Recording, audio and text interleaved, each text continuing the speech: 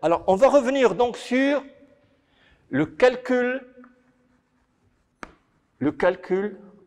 du moment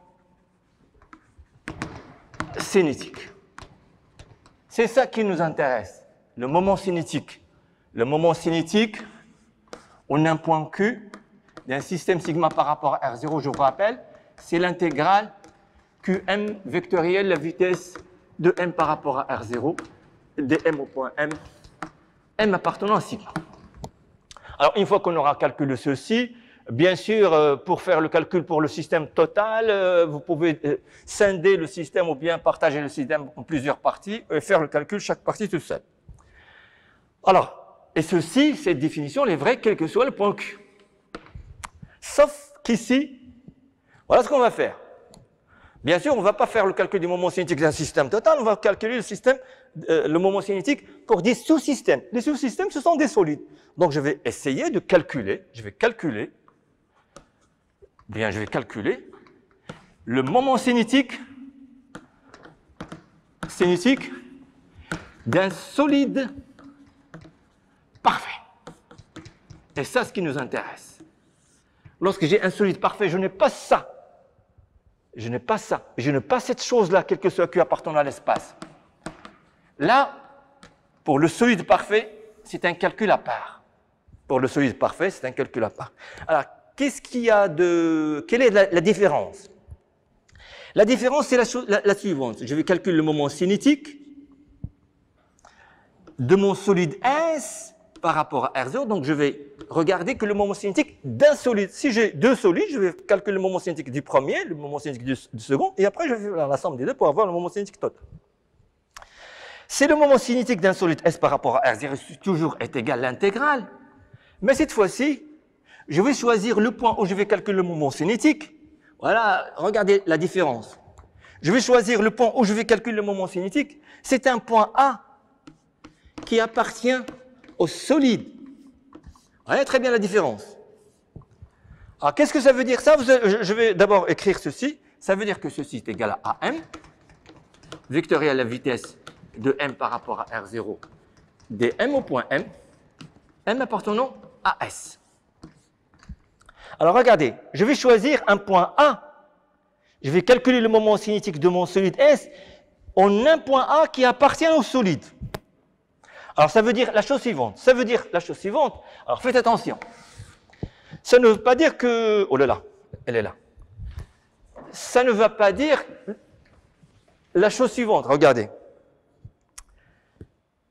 D'abord, je vais passer par le calcul du moment cinétique d'un solide en un point qui appartient à un solide. Et après, si je veux calculer le moment cinétique de mon solide par rapport à R0, on a un autre point Q, quel que soit Q appartenant à l'espace, eh ben, je vais passer par le torseur cinétique. Je vais passer par le torseur cinétique, c'est-à-dire le moment cinétique en Q est égal au moment cinétique en A qui appartient au solide, d'accord, de S par rapport à R0, plus la quantité de mouvement de mon solide par rapport à R0, vectoriel AQ. D'accord? Alors, ce calcul que je vais faire ici, c'est un moyen qui va me permettre de faire le calcul de ce moment cinétique en n'importe quel point. D'accord? C'est-à-dire, je vais avoir une astuce de calcul. Je vais passer par un point. Donc, je vais d'abord montrer que lorsque je calcule le moment cinétique en un point qui appartient à un solide, je le connais, c'est très bien, je peux le calculer. Une fois que je fais ce calcul-là, si je veux calculer le moment cinétique en un point autre que les points qui appartiennent au solide, alors je suis libre, je peux le faire. D'accord? Eh bien, on va donc démontrer ceci. On va donc partir de cette chose-là et dire que, puisque le point A appartient à S et que le point M appartient à S, et j'ai le point A qui appartient à S et le point M qui appartient à S, je vais considérer la distribution des vitesses dans le solide, c'est-à-dire que V de M, je vais avoir la distribution des vitesses, je vais avoir la vitesse de M par rapport à R0, c'est la vitesse de A par rapport à R0, plus oméga de S par rapport à R0 vectoriel AM. C'est la distribution des vitesses, torseur des vitesses. Il faut utiliser le torseur des vitesses. Et donc, le moment cinétique au point A, ouais, très bien. Cette astuce de calcul va me permettre de calculer le moment cinétique au point A qui appartient à un solide. Et après, si je veux partir autrement, je vais faire ce que je veux. Parce que j'ai un torseur, je pourrais faire tous les calculs que je veux par la suite. Mais je suis obligé de passer pour le solide, je suis obligé de passer par un point qui appartient au solide. Alors, ceci, c'est l'intégrale AM vectorielle, je remplace.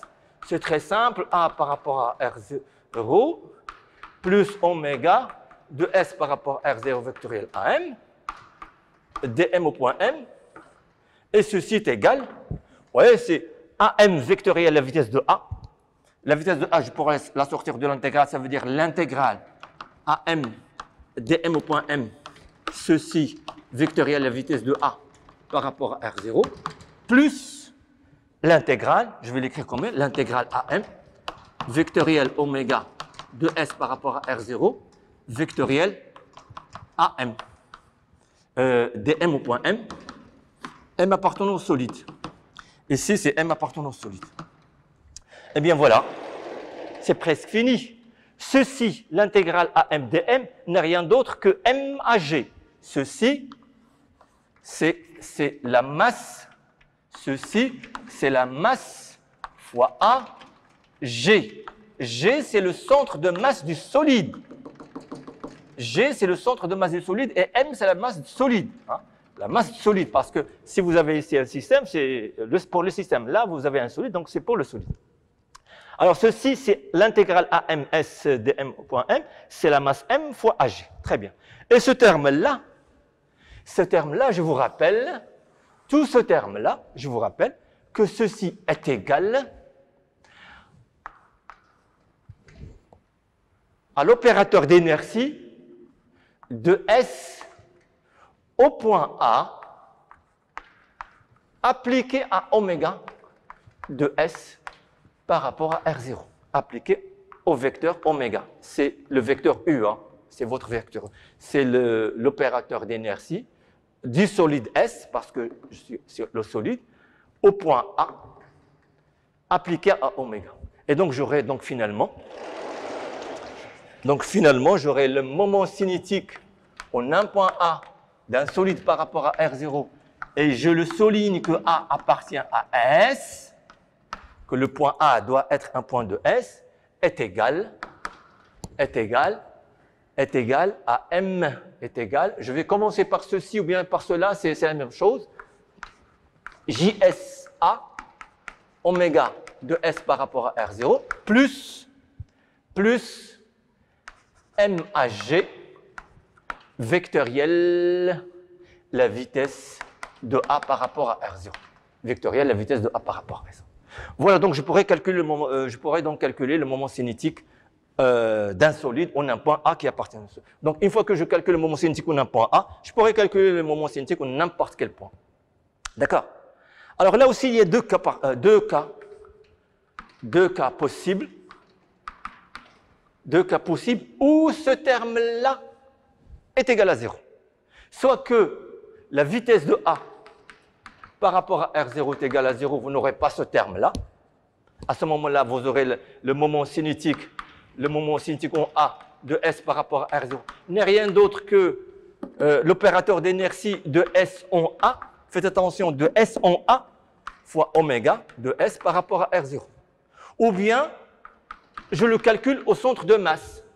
Si je calcule le moment cinétique de mon solide au centre de masse du solide, je vais avoir le moment cinétique au G, centre de masse du solide, est égal, toujours l'opérateur d'inertie de S, mais cette fois-ci en G oméga de S par rapport à R0. Vous voyez, donc deux cas sont simples pour ne pas avoir ce terme-là. Mais si on est dans un problème, on est obligé de passer par là, n'oubliez pas ce terme. Très bien, alors je vous donne un exemple. Je vous donne un exemple simple pour passer rapidement à l'énergie cinétique.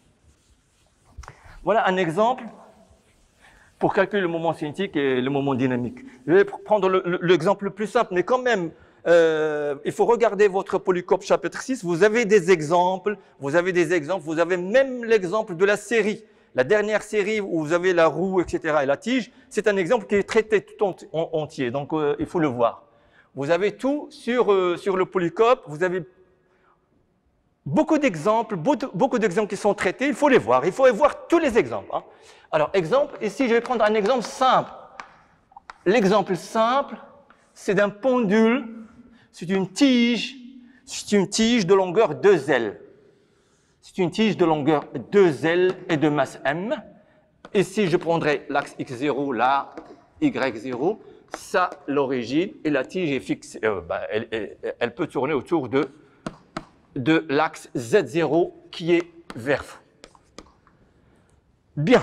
Alors, une fois que vous avez un problème, ou bien un exemple, ou bien un exercice, la première des choses à faire, c'est votre torseur des vitesses. Maintenant, vous avez 3 torseurs à déterminer. Torseur des vitesses, torseur cinétique, torseur dynamique. Obligé. Dans n'importe quel exercice, vous aurez à calculer torseur des vitesses, torseur cinétique, torseur dynamique, parce que c'est automatique, on en a besoin. Alors, je vais vous dire par la suite pourquoi est-ce qu'on a besoin du torseur cinétique. Hein, je vais vous le dire par la suite. Pourquoi est-ce qu'on a besoin du torseur cinétique? Parce que je vais calculer le torseur dynamique. Et pourquoi est-ce que j'aurais besoin de calculer le torseur dynamique? Pour appliquer le PFD. Ben, je vais écrire quand même c'est quoi le principe fondamental de la dynamique. Qu'est-ce qu'il nous dit? Il nous dit que le torseur dynamique d'un système par rapport à R0 est égal, R0 est un repère galiléen, supposé galiléen, sigma est un système quelconque, le torseur dynamique d'un système sigma par rapport à un repère galiléen n'est rien d'autre que le torseur est égal au torseur des efforts extérieurs sur sigma, ou bien de sigma bar sur sigma. C'est ça le principe fondamental de la dynamique.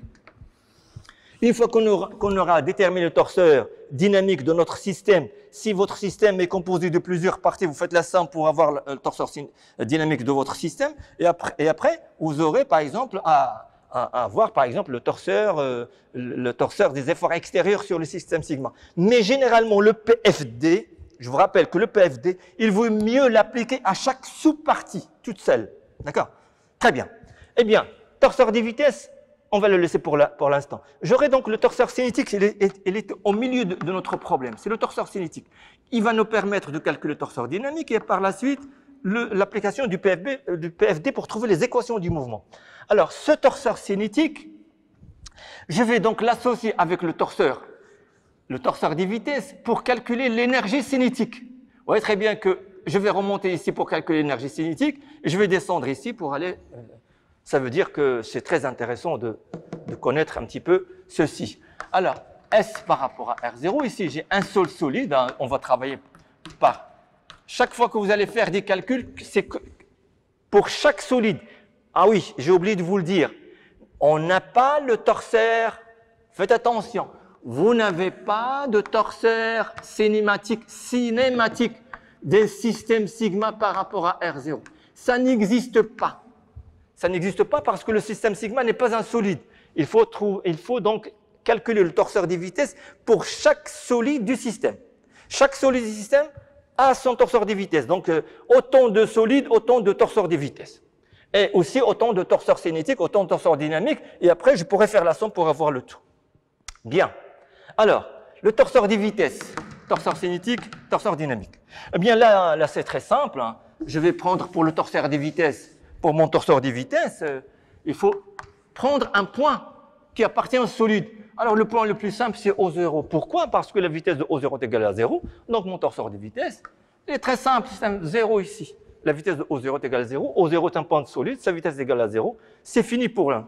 Pour l'autre, c'est-à-dire pour le vecteur vitesse de rotation, vous pouvez mettre x, y ici. C'est un repère lié au solide. Le vecteur vitesse de rotation du solide par rapport à R0, c'est le vecteur vitesse de rotation du repère R lié au solide, d'un repère R lié au solide par rapport à R0. Et si c'était un point Z0. Vous voyez très bien que le torseur des vitesses, ça ne pose aucun problème. Alors ici, j'aurai donc le torseur cinétique. Pour avoir le torseur cinétique, j'ai besoin de la masse. Voilà, cette masse. C'est la masse de la tige. La masse de la tige multipliée par la vitesse du centre de masse. Le centre de masse, c'est un point G qui est à la distance L. D'accord? Or, pour calculer la vitesse du centre de masse, deux choses. Soit je sais la calculer directement, c'est L θ point E θ, c'est L θ point Y, si vous voulez, c'est L θ point Y. Sinon, je pourrais la déduire à partir du torseur des vitesses. Hein. À partir du torseur des vitesses, vous aurez... C'est pour ça qu'il faut avoir le torseur des vitesses, etc. Hein. Donc, ça vous permet de calculer toutes les vitesses du solide. Hein. Toutes les vitesses. Une fois que vous aurez une seule vitesse, vous pouvez calculer toutes les vitesses. Hein. Eh bien, j'aurai par exemple la vitesse de G, hein, si vous voulez la vitesse de G. La vitesse de G par rapport à R0 est égale à la vitesse de O0 par rapport à R0 plus θ point Z0 vectoriel O0G. O0G, ça c'est égal à 0, ça fait θ point Z0 vectoriel O0G. Alors, vous prenez O0G, c'est Lx. C'est Lx.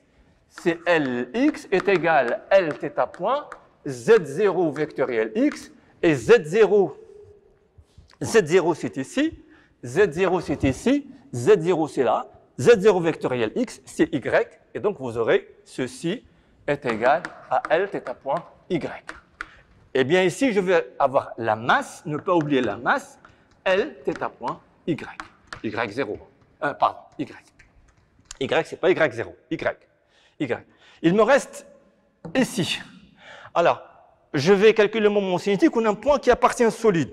Soit je le calcule, c'est très simple. Hein. Maintenant, c'est très simple. Pourquoi? Parce que soit je le calcule en ce point O0, soit je le calcule au point G.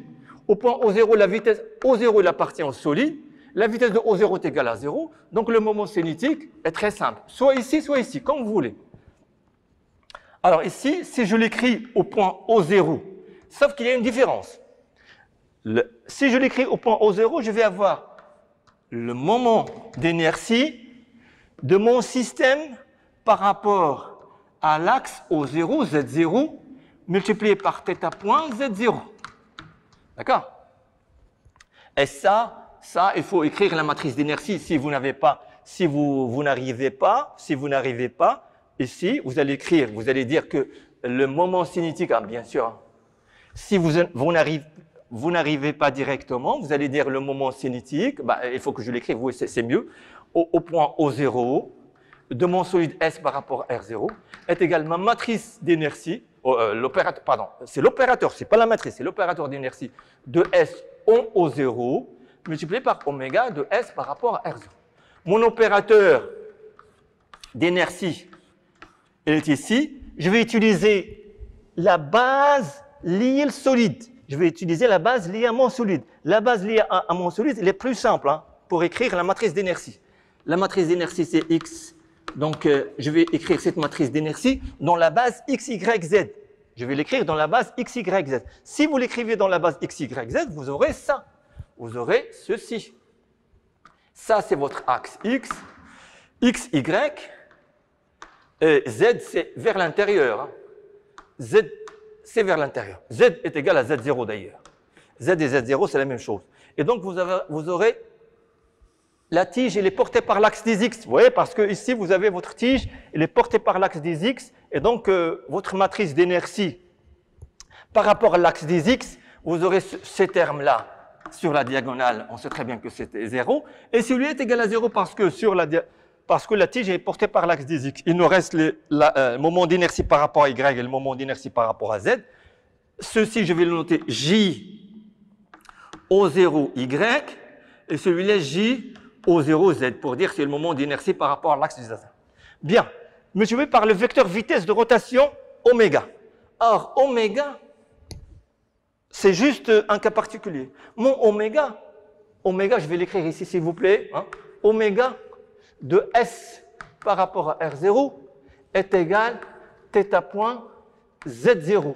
C'est aussi θ point Z, parce que Z et Z0, c'est la même chose. Ça veut dire que le vecteur oméga s'écrit de la même manière dans la base X, Y, Z que dans la base X0, Y0, Z0. Donc ceci, ça fait Z0, 0, θ point. Dans la base, il faut avoir la même base. Pour faire le calcul, il faut avoir la même base. Si on n'a pas la même base, on ne peut pas faire le calcul. Alors, comment faire? Ne pas bouger cette base-là. Lorsque vous avez la matrice dans une base, vous la laissez dans cette base. Ce que vous allez faire, c'est votre vecteur vitesse de rotation, c'est ce vecteur qu'il faut lui changer la base, de telle sorte d'avoir la même base pour faire le calcul.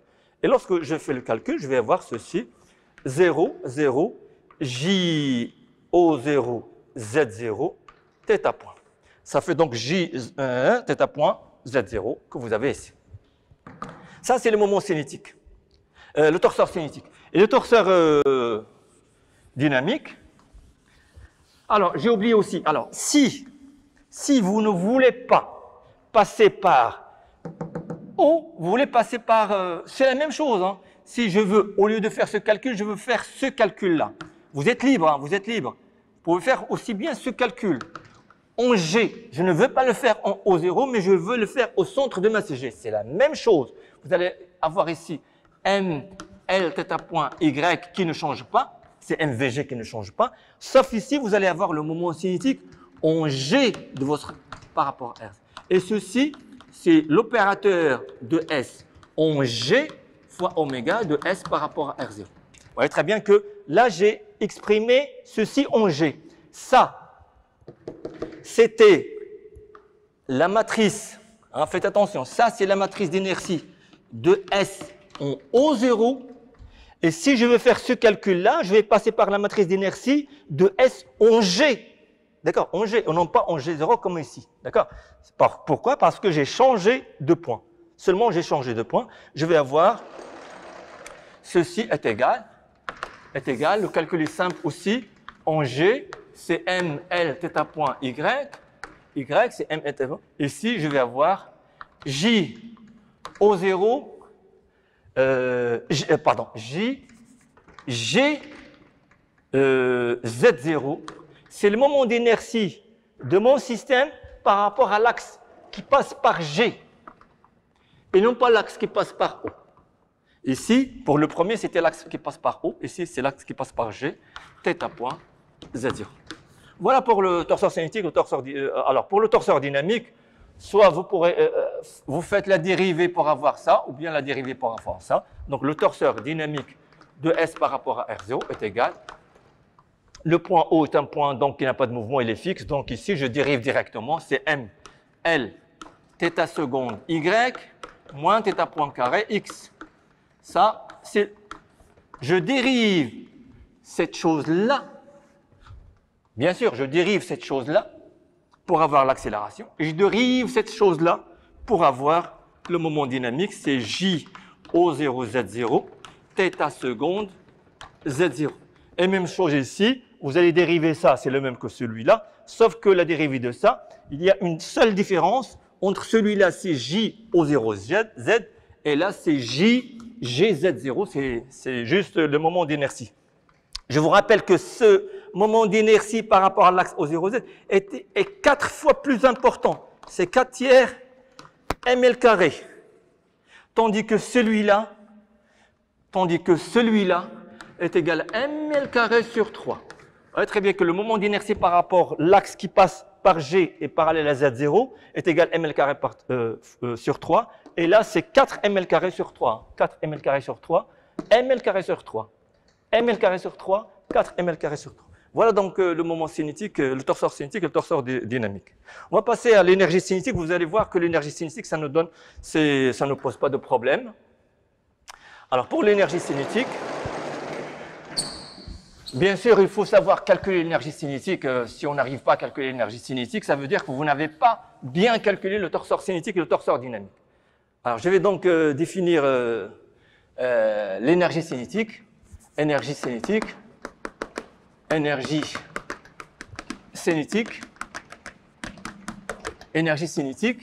d'un système. Donc, on la note un T, c'est l'énergie cinétique. Il y en a ceux qui le notent E, mais en mécanique, c'est toujours un T, c'est l'énergie cinétique. D'un système sigma, bien sûr, par rapport à un repère R0. C'est la somme, hein, c'est la somme de toutes les énergies cinétiques. Les énergies cinétiques, c'est V carré de M par rapport à R0, dm de toutes les énergies cinétiques, M appartenant à fois 1,5, j'allais l'oublier. 1,5, ne pas oublier le 1,5. Pour une masse de vitesse v, c'est 1 demi mv carré, ou bien mv carré sur 2. Ça, c'est l'énergie cinétique. C'est un scalaire. Pourquoi c'est un scalaire? Parce que vous avez v carré c'est un scalaire, donc l'énergie cinétique, ça c'est un scalaire. Tout ce que nous avons fait tout à l'heure, etc., ce sont des vecteurs, là c'est un scalaire. Alors, cas d'un solide, oh bien, déjà, si votre système, si sigma est égal, l'union I est égal à 1 à n de SI, alors l'énergie cinétique de sigma par rapport à R0 est égale à la somme de toutes les énergies cinétiques T de SI par rapport à R0. D'accord? Ça, c'est la première remarque. Si vous avez un système composé de plusieurs solides, l'énergie cinétique de votre système, c'est la somme de toutes les énergies cinétiques du solide. Alors, on va faire donc un cas, on va se placer dans le cas particulier d'un solide. Alors, pour le solide parfait, c'est le cas particulier. Hein.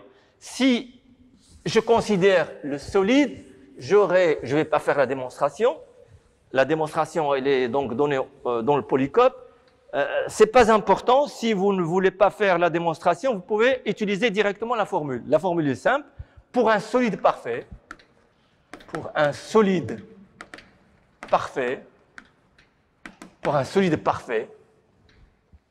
l'énergie cinétique, ouais, très bien, l'énergie cinétique de S par rapport à un repère R0 quelconque est égale, c'est très simple, c'est 1 demi le torseur des vitesses de S par rapport à R0 multiplié par le torseur cinétique de S par rapport à R0.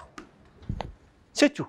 C'est le produit de deux torseurs, ne pas oublier le 1 demi. Il y en a ceux qui mettent, parfois on voulait le faire, mettre le 2 ici, mais lorsqu'on met le 2 ici, les étudiants oublient le 1 demi. Il vaut mieux laisser ce 1 demi, ne pas oublier ce 1 demi parce que généralement, on fait le produit et on oublie le 1 demi. Alors, ce produit, il est indépendant du point où vous exprimez les deux torseurs.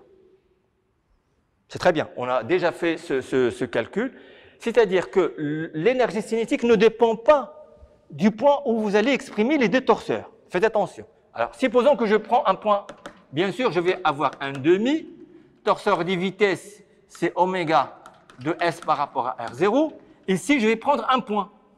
Mais ici, je suis obligé.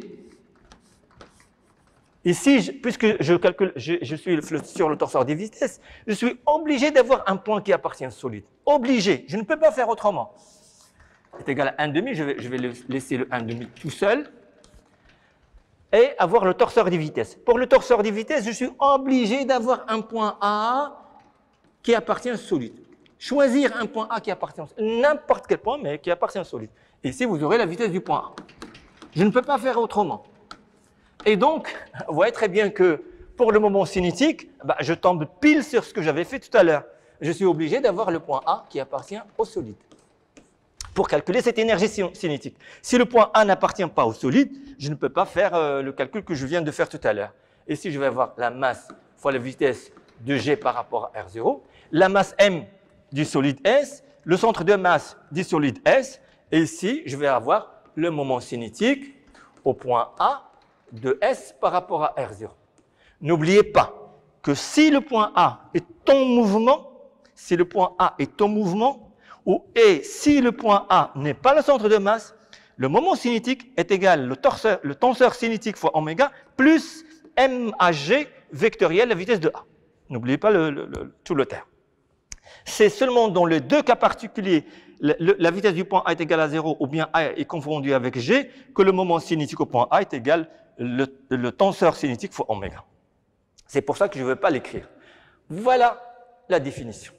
Eh bien, le produit, c'est 1 demi, c'est très simple, c'est 1 demi, que je ne vais pas oublier, facteur oméga fois ça, c'est-à-dire le moment cinétique, il vaut mieux écrire le moment cinétique. C'est un vecteur hein, de S par rapport à R0 multiplié par oméga, scalaire oméga, plus MVG plus MV de G par rapport à R0, scalaire la vitesse de A par rapport à R0.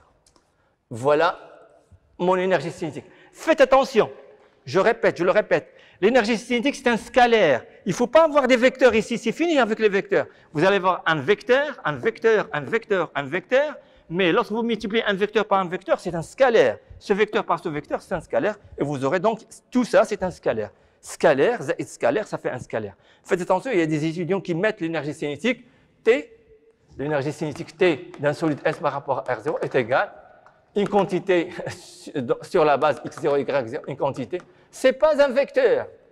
L'énergie cinétique, c'est un scalaire. Bien. Alors, en particulier, si, je vais d'ailleurs vous donner l'exemple ici. Si vous prenez le point A comme étant G, le centre de masse, vous allez avoir sigma G, le moment cinétique au point G oméga, plus M VG scalaire VG, c'est-à-dire MVG carré. D'accord? Si A est égal à G, si vous prenez A est égal à G, si je prenais A en G, si on prend A en G, alors ça on l'utilise souvent. Si A est G, l'énergie cinétique de S par rapport à R0 est égale à MV carré de G par rapport à R0 sur 2, plus 1 demi oméga de S par rapport à R0, JS en G oméga de S par rapport à R0. Pourquoi? Parce que ça, c'est le moment cinétique en G de S par rapport à R0. C'est juste l'opérateur d'inertie fois oméga. Donc, vous voyez, lorsque vous voulez utiliser le centre de masse, ou bien si vous voulez le plus simple, parfois, c'est d'écrire l'énergie cinétique en passant par le centre de masse. Mais il faut à ce moment-là connaître la vitesse du centre de masse et la matrice, la matrice d'inertie au centre de masse. Sinon, vous pouvez avoir la matrice d'inertie. On a un autre point, Ici, vous allez passer par la matrice d'inertie au point A. Ici, vous allez passer par la matrice d'inertie au point G. Très bien. Alors, exemple. Alors, voilà l'exemple. Vous allez voir sur cet exemple le calcul de l'énergie cinétique. Voilà. Exprès, j'ai laissé les deux. Voilà. Alors, si je veux calculer l'énergie cinétique, alors je pourrais soit utiliser le point O, soit utiliser le point G, comme je veux. L'énergie cinétique de cet exemple. Exemple. Alors, l'exemple de tout à l'heure, je sais que le torseur des vitesses de la tige, c'est la tige, si la tige par rapport à R0 est égale en O0, c'est θ point Z0, 0, et le torseur cinétique de S par rapport à R0, en O0, c'est J O0 Z0, θ point Z0, et ici, c'est ML θ point Y. Et donc, l'énergie cinétique, T est égale, T de S par rapport à R0 est égal à 1 demi TV de S par rapport à R0, T sigma de S par rapport à R0 est égal, je fais le calcul, chaque fois je cherche cette brosse. Alors regardez pour mon énergie cinétique, voilà mon énergie cinétique est égale 1 demi, ne pas oublier le 1 demi parce que ça pose toujours des problèmes. Le TV, ça, multiplié par ça, ça veut dire ça fois ça, plus ça fois ça, est égal θ point carré est égal J Z0, θ point carré Z0. Voilà l'énergie cinétique. T de S par rapport à R0. Et vous allez me dire, monsieur, si nous avons pris, pour calculer l'énergie cinétique, au lieu d'exprimer le torseur des vitesses au point O0, on l'a exprimé au point G, le torseur cinétique au point G, qu'est-ce qu'on aura trouvé? Eh bien, on va refaire ça. Alors, regardons qu'est-ce que ça donne si j'exprime les deux torseurs au point O0, au point G. Nous les avons ici, Voilà, je refais le même calcul, mais en passant par G cette fois-ci. T de S par rapport à R0, c'est toujours 1 demi, torseur des vitesses de S par rapport à R0, torseur cinétique de S par 0. On ne nous dit pas en quel point. On est libre, prenez le point qu'on veut. C'est 1 demi. Si je passe par le centre de masse, G, ici j'aurai θ point Z0.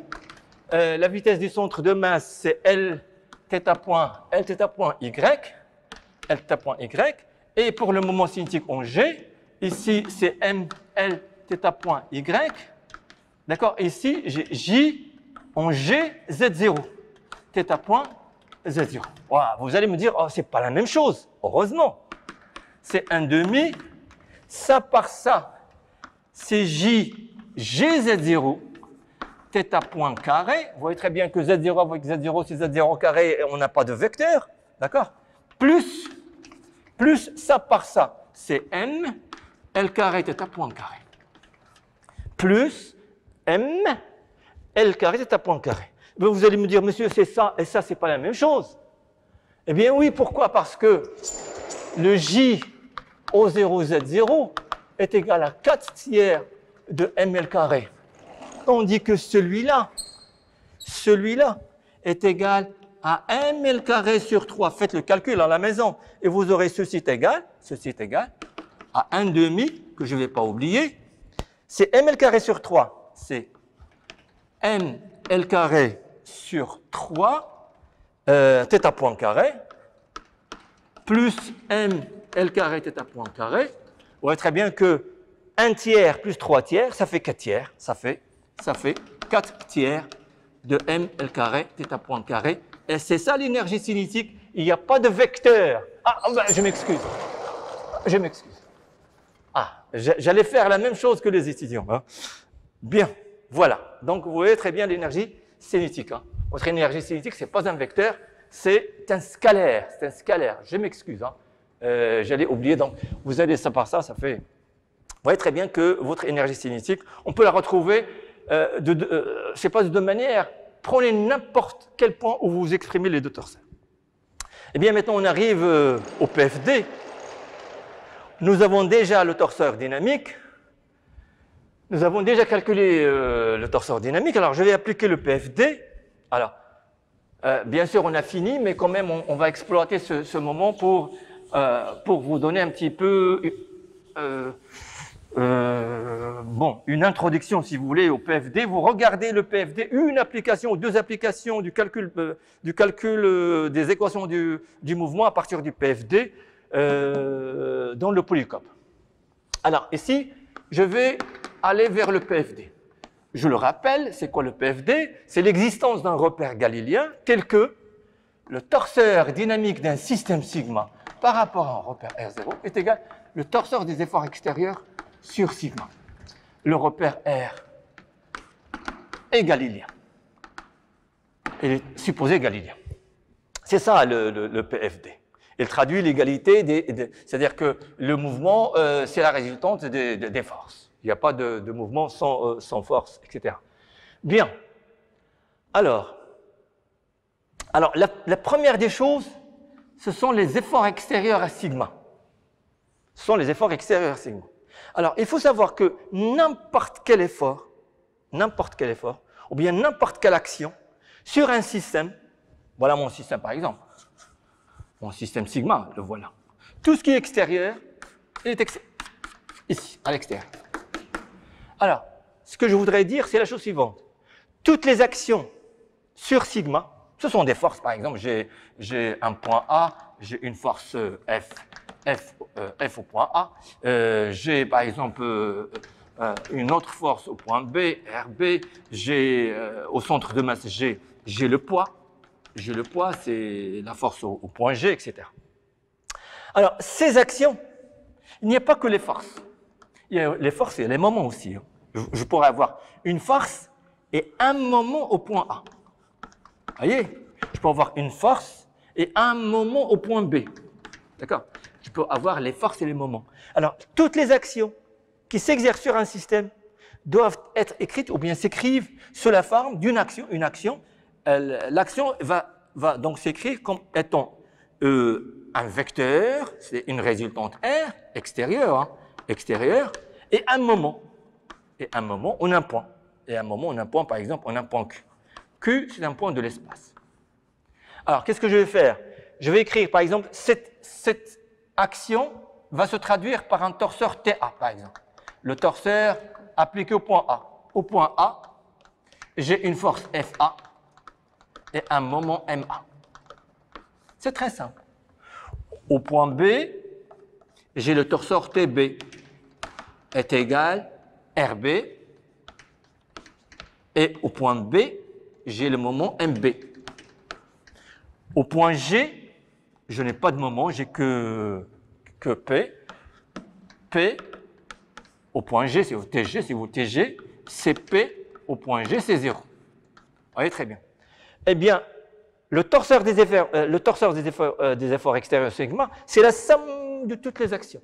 C'est la somme de toutes les actions, et donc je fais la somme de toutes les actions, est égale torseur dynamique. Alors si vous prenez ce cas-là, vous aurez voilà, votre torseur dynamique. Hein. Je vais écrire juste l'équation, et à la maison, faites-le. Sinon, vous avez 2 à 3 exemples traités, où vous pouvez voir l'application, c'est très simple. Une fois que vous avez le torseur dynamique, c'est très simple. Donc, voilà mon torseur dynamique que j'ai calculé par exemple en G ou bien en G. Ah, ben, je prends par exemple le torseur dynamique. Faites attention, cette égalité aussi ne précise pas le point où je vais faire le calcul. Elle est vraie pour n'importe quel point. Vous prenez n'importe quel point où vous exprimez ce torseur d'un côté et ce torseur de l'autre. Prenez n'importe quel point que vous voulez, hein, ça n'a pas d'importance. L'égalité de deux torseurs, il suffit qu'il existe un point où les torseurs sont égaux. Bien, alors, je prends par exemple le torseur dynamique. Voilà mon torseur dynamique. Ah, j'aurai besoin de M, L, θ seconde Y, moins θ point carré, X. Ici, j'ai J, O0, Z, θ seconde, Z0. Ça, c'est mon torseur dynamique solide. Ça, c'est mon torseur dynamique solide par rapport à R0. C'est la tige. C'est la tige. Hein, c'est la tige. Alors, pour la tige, j'ai donc cette action, l'action du poids au centre de masse, et j'ai donc l'action, c'est la réaction. J'ai donc une réaction en O0. Cette réaction, elle se peut qu'elle soit accompagnée d'un moment. Donc, je vais avoir une réaction à un moment. C'est-à-dire ici que je vais avoir ceci va être égal, ceci va être égal à une réaction en O0, un moment en O0, plus au point G, je vais avoir ici P, je vais avoir 0. C'est tout. Alors, votre torseur dynamique, vous l'avez exprimé ici, je ne sais pas, ici c'est en O0. Hein. Ça, supposons que je l'ai exprimé en O0. Ici aussi, je vais exprimer ce torseur. Il est déjà exprimé en O0. Il me reste d'exprimer ce torseur en O0. Ceci est égal, si vous voulez, est égal. Ceci en O0, c'est M O0 R0, plus ce torseur-là en O0, c'est O0G vectoriel P et P, ce qui est égal à P plus R0, et vous aurez ici M O0 plus O0G vectoriel P. Vous faites l'égalité, ceci est égal à ça, et ceci est égal à ça, et vous aurez les équations du mouvement. Là qu'on est dans le plan, on a donc 3 équations. À partir de ces 3 équations, vous allez déterminer les composantes de la réaction et peut-être du moment. Bien, alors je vous remercie et je vous conseille, alors ne rien faire avant de traiter tous les exemples que je vous ai donnés en cours. Hein. Et je vous souhaite bonne chance pour l'examen.